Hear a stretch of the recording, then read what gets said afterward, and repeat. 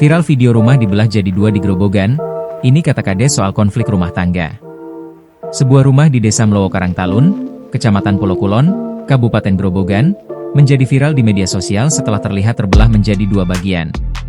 Aksi ini membuat warga dan warganet heboh, sekaligus menimbulkan pertanyaan tentang apa yang sebenarnya terjadi di balik rumah yang dulunya menjadi tempat tinggal keluarga tersebut.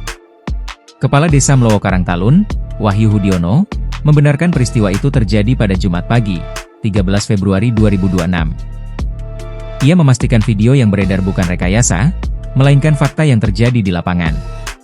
Kondisi lingkungan sekitar saat ini dikatakan tetap aman dan kondusif. Rekaman yang viral memperlihatkan seorang pria menggunakan gergaji mesin untuk memotong perabot kayu di dalam rumah. Suara mesin terdengar keras, sementara genteng dan bagian atap dilepas satu persatu.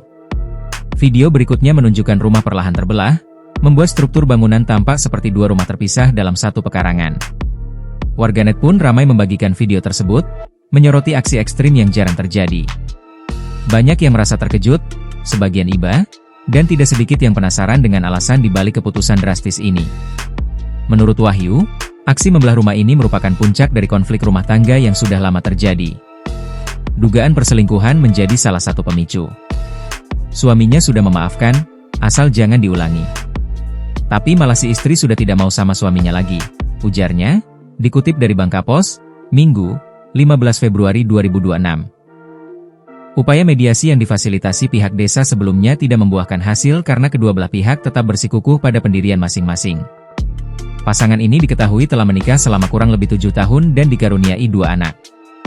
Status domisili mereka yang masih tercatat di Kecamatan Keradenan turut menambah kompleksitas persoalan. Fakta lain menunjukkan bahwa pembelahan rumah dilakukan dengan keseriusan, bukan luapan emosi sesaat. Sebagian genteng rumah bahkan dibawa ke kampung asal suami di Simo.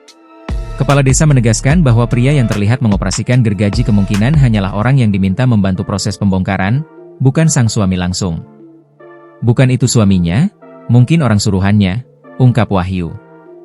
Peristiwa ini menjadi pengingat bahwa masalah rumah tangga yang tidak terselesaikan secara bijak bisa berujung pada tindakan ekstrim. Rumah yang sebelumnya menjadi simbol kebersamaan kini menjadi saksi retaknya hubungan pasangan tersebut, sementara warga setempat tetap diminta menjaga ketenangan dan situasi tetap kondusif.